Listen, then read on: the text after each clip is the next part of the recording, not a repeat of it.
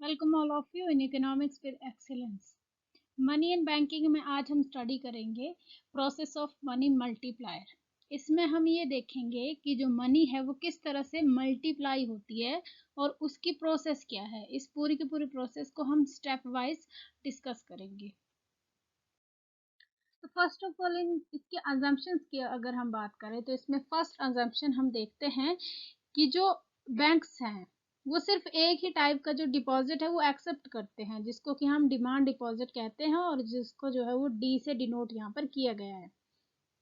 Second यहाँ पर है, सेकंड अजम्पशन है कि जो बैंक्स की अर्निंग एसेट्स होती हैं वो सिर्फ लोन से ही उनको प्राप्त होती हैं। ठीक है, जो लोन से मिलने वाला जो इंटरेस्ट रेट है सिर्फ उसी से ही जो कमर्शियल बैंक्स है वो अपने अर्निंग एसेट जो है वो जनरेट करती हैं। तो इसको जो है एल से डिनोट किया गया है।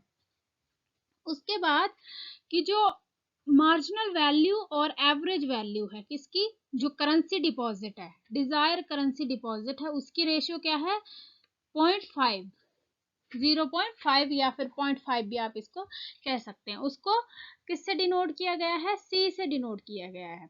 तो जो डिजायर करेंसी डिपॉजिट की रेशियो है वो किसके बराबर है, 0.5 के इक्वल है। फोर्थ अजम्पशन इसमें आती है कि जो डिजायर रिजर्व डिपॉजिट है, जो कि बैंक्स जो है वो एसएलआर और सीआरआर के रूप में रखते हैं और जिसको कि हम रिक्वायर्ड रिजर्व्स और एक्सेस रिजर्व भी कहते हैं। तो ये जो रिजर्व्स हैं ये बैंक जो है वो रखती है अपने पास। तो इसकी जो वैल्यू है वो किसके इक्वल है, 0.1 या फिर 0.1 से भी हम इसको डिनोट कर सकते हैं।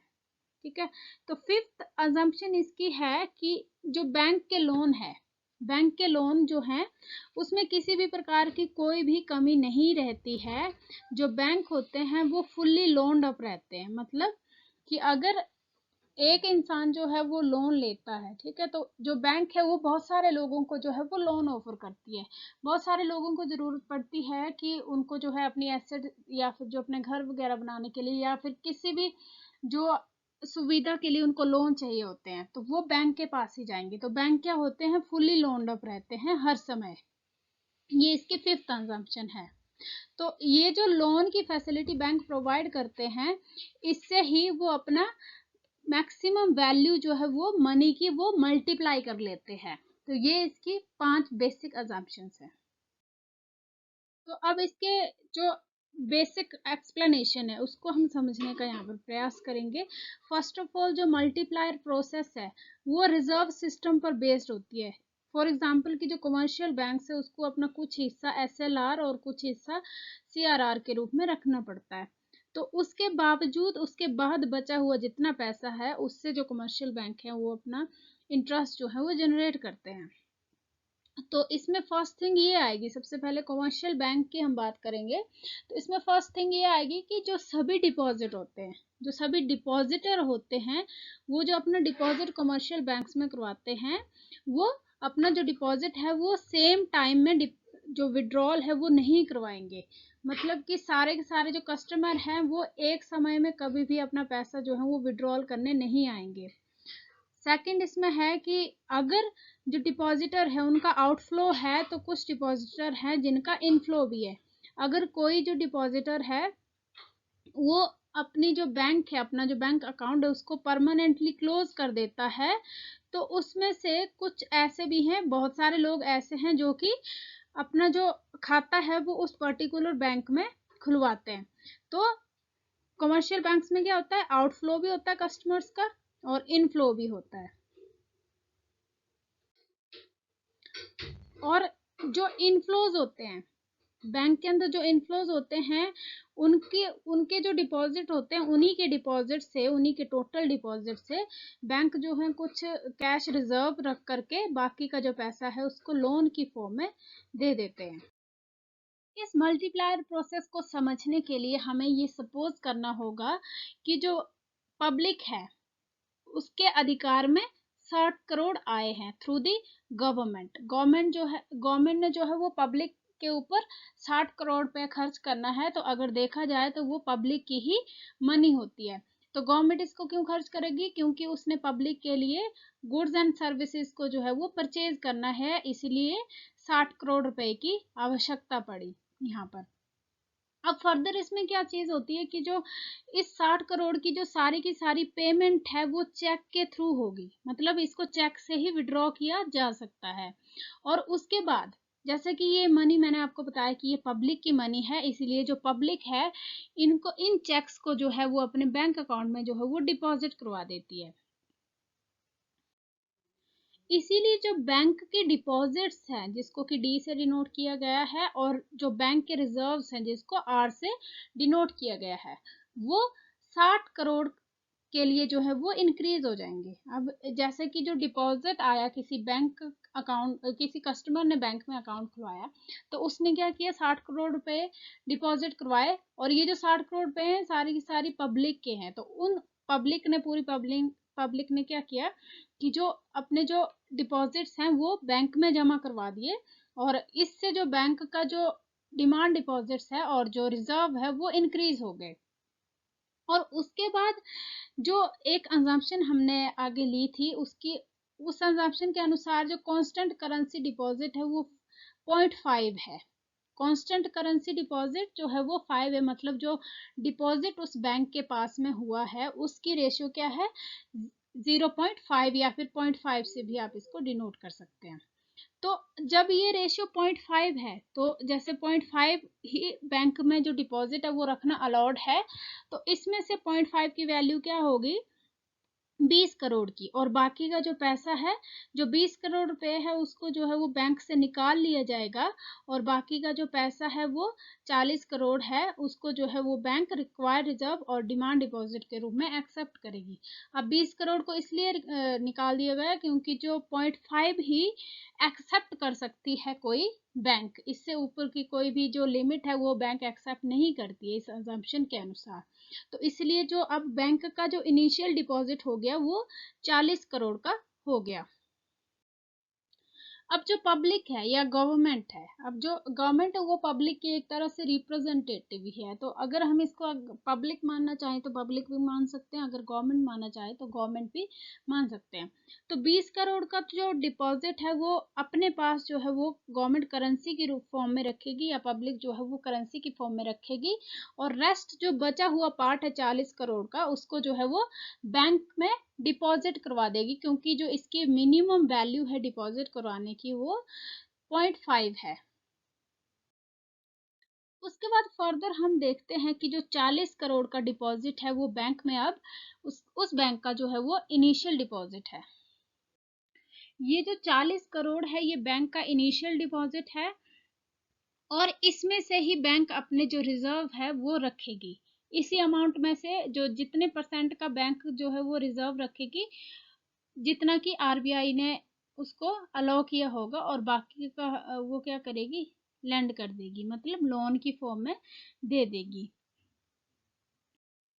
अब अगर जो बैंक है वो पूरा का पूरा 40 करोड़ अगर अपने पास रखेगी, तो उसको किसी भी प्रकार का कोई भी इंटरेस्ट प्राप्त नहीं होगा, और ना ही उसको किसी प्रकार की इनकम आएगी।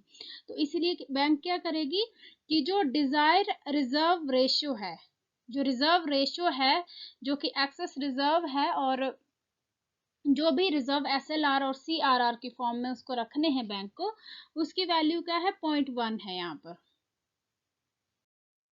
तो इसीलिए जो बैंक है वो उस पूरी की पूरी डिपॉजिट में से 40 करोड़ में से 4 करोड़ अपने पास रखेगी, और बाकी का जो 36 करोड़ है वो लोन पर दे देगी, जिससे कि वो इंटरेस्ट कमा सके। तो ये जो 36 करोड़ है या 36 करोड़ हैं, इनसे जो है वो बैंक अपना इंटरेस्ट जनरेट करेगी। तो ये जो है एक तरह से बैंक की लाइबिलिटी भी होती है, जो भी बैंक के डिपॉजिट होते हैं वो उनकी लाइबिलिटी भी होती है।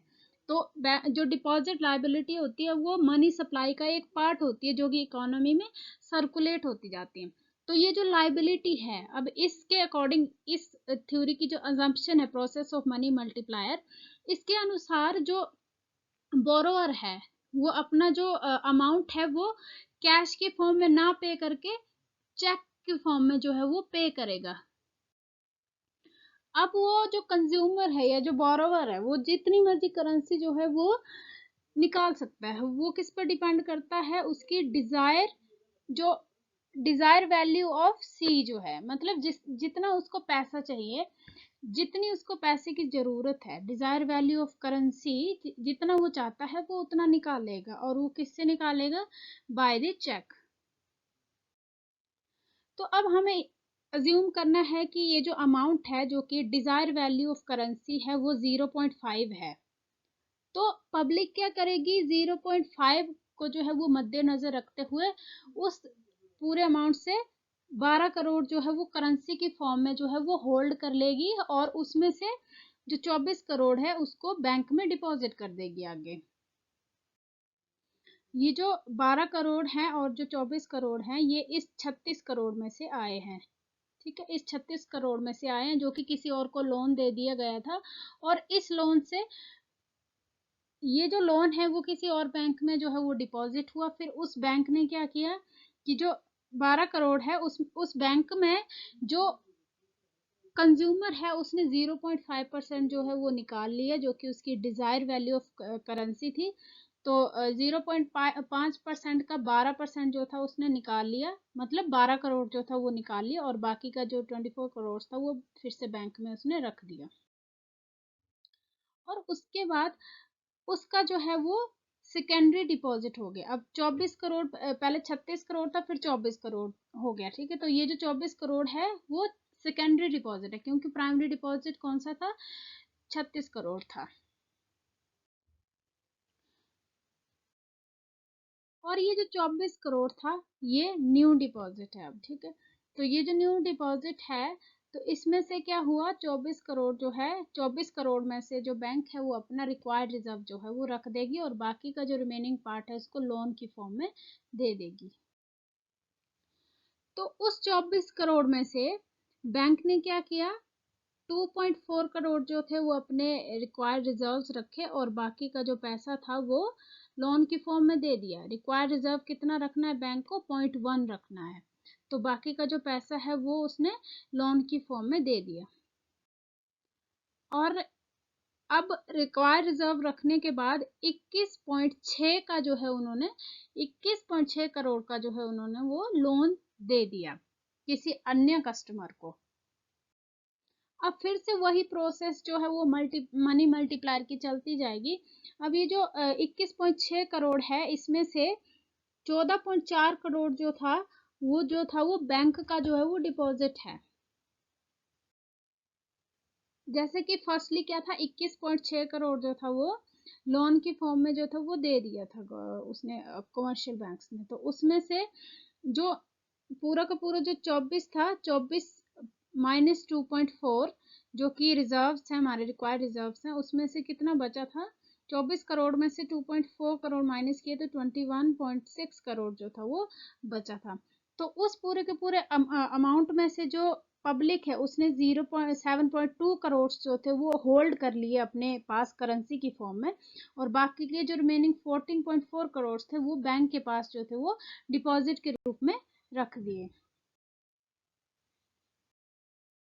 तो अब अगर इसको हम न्यूमेरिक टर्म में समझें तो हमें इसको समझने में और भी आसानी होगी। जैसे फॉर एग्जांपल यहाँ पर आप एक एग्जांपल देख पा रहे हैं।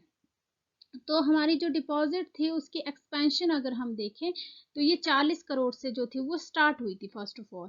फिर उसके बाद 24 रह गई, फिर 14 पे आ गई, फिर उसके बाद 4 पर चली गई। ठीक है, तो अगर हम इसका सम करें तो इसको फॉर्मूला के फॉर्म में हम इस तरह से लिख सकते हैं 1/c+r into change in H. Change in H क्या है? Change in high power money. So अगर हम इसकी वैल्यू पुट कर दे तो 1 divided by 0.5 plus 0.1 into 60 crore. तो इसको सॉल्व करके जो है वो 100 करोड़ जो है वो बन जाता है। और सेकंड थिंग इसमें क्या आती है कि जो बैंक की एक्सपेंशन है, बैंक क्रेडिट की जो एक्सपेंशन है वो 36.21 थी, फिर 6 हुई, फिर 21 हुई, फिर 96 हुई। तो इसको अगर हम सम अप करें तो इसमें हम देखेंगे कि 1 minus R divided by C plus R into change in H. तो इसकी वैल्यू कितनी आएगी हमारे पास? 90 करोड़ आएगी। तो ये जो सारी की सारी प्रोसेस है ये मनी मल्टीप्लायर की प्रोसेस है, जिससे कि जो मनी है वो मल्टीप्लाई होती जाती है लगातार। सो सिमिलरली इसका जो समेशन है, एक्सपेंशन ऑफ मनी सप्लाई का अगर हम देखें तो इसको हम रिप्रेजेंट कर सकते हैं 1 minus R divided by C plus R into change in H. So इसकी जो वैल्यू है अगर हम पुट करेंगे तो हमारे पास जो है वो 2.5 इसकी वैल्यू जो है वो आ जाएगी, और 60 करोड़ जो रुपीस है अगर इसको हम कन्वर्ट करें, इसको मल्टीप्लाई करें तो इसकी जो वैल्यू है वो 1.150 करोड़ जो है वो हो जाएगी। तो इसमें जो डिपॉजिट मल्टीप्लायर है वो उसकी वैल्यू कितनी है 1.667, और उसके बाद जो बैंक क्रेडिट मल्टीप्लायर है उसकी वैल्यू है 1.5, एंड जो मनी मल्टीप्लायर है उसकी वैल्यू है 2.5। तो ये जो सारी की सारी थी वो मनी मल्टीप्लायर की प्रोसेस थी। आई होप कि आपको ये वीडियो समझ में आई होगी। Thanks for watching my video.